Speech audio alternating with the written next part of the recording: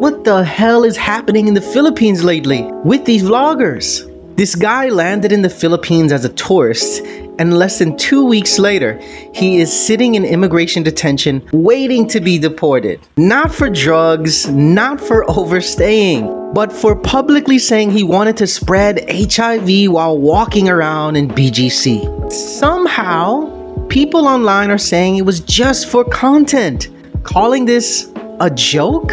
Let's talk about why that excuse doesn't work in the Philippines. What's up, guys? Welcome back to the channel. If you're new here, I'm a foreigner who's been living in the Philippines for nearly 10 years, and I talk all about the realities of life here, especially the stuff tourists and viral creators usually ignore. And in today's situation is serious. A 21-year-old Russian vlogger, Nikita Chekhov, was recently arrested by the Bureau of Immigration after posting videos online where he claimed he intended to deliberately spread HIV while in the Philippines. BGC Manila. Let's jackal everybody. Hello my fellow Filipinos. It's me, Passport Bro. I'm here to spread HIV.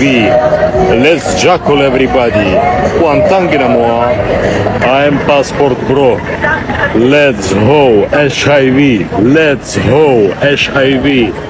Jackal everybody. Now let me slow it down and actually unpack why this is such a big deal here.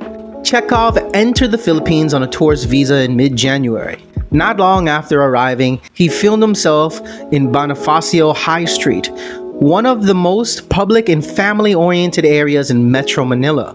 In those videos, he made statements about spreading HIV. Whether it was real or a joke, whether it was rage bait or not, it doesn't matter. The videos went viral quickly, and they just didn't get laughs or outrage. They caused tons of fear among the public. And that's the part a lot of people online are ignoring. Why this crossed the line in the Philippines. In the Philippines, public health isn't just a personal issue, it's a community issue. HIV already carries serious stigma here. People worry about their families, their kids, public spaces, and safety. So when a foreign tourist comes in and casually jokes or claims about spreading a life-altering virus, that's not edgy humor here, guys, and a lot of things aren't edgy humor in this country. That's quite frankly something that can cause panic. That's why the Bureau of Immigration stepped in quickly. Immigration Commissioner Mr. Vital even said these types of videos irresponsibly cause fear and alarm, that foreigners who disrespect Filipinos or abuse the country's hospitality will not be tolerated. How have we not learned from Vitali and now pro-life for Philippines? I mean, this is crazy. That was the direct message from the Commissioner of Immigration. So a lot of people saying this was rage bait.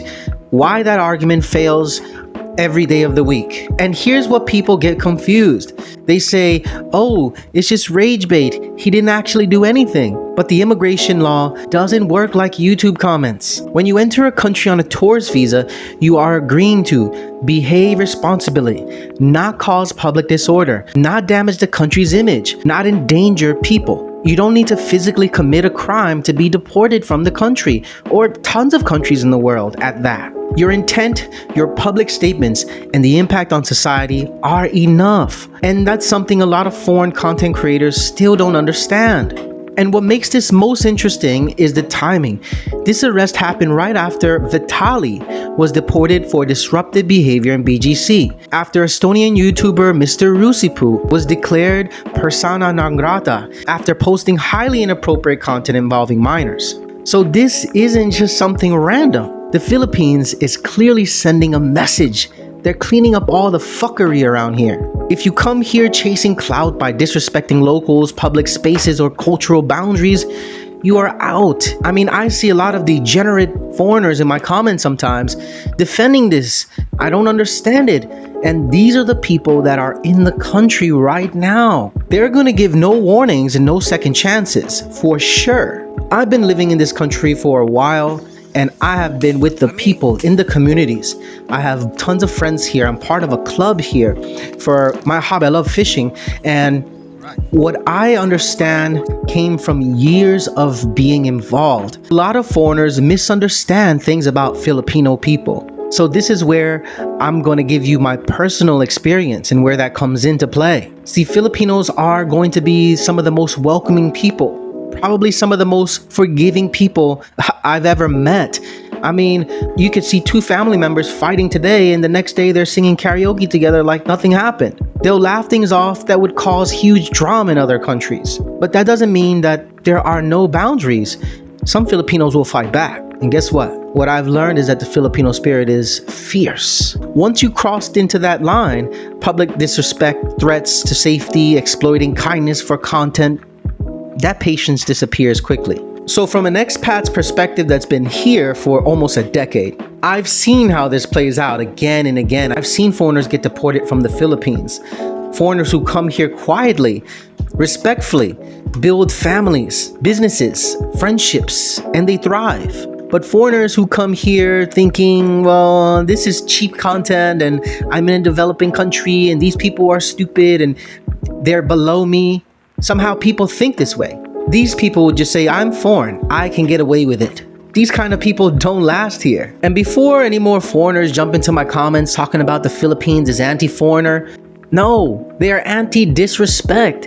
And there's a huge difference between those two things. So my final thoughts, guys, is this wasn't censorship, this wasn't cancel culture, and this definitely wasn't about jokes. And honestly, I don't care what people think about me. I put out the content that I feel is interesting, most interesting and most current, and that is helpful for a lot of people out there. So I don't really care if you want to say that this is cancel culture or anything like that. But if you're a tourist, you're an expat, or you're a YouTuber in the Philippines, we gotta understand, you and I, we gotta understand these things clearly. Your visa can be canceled. You can be kicked out. You can be disowned by the Philippines. See, the Philippines brings us in with welcoming arms. The minute you step off that plane, you're treated differently, sometimes differently than the locals here. So we should reciprocate the love and respect that they give us.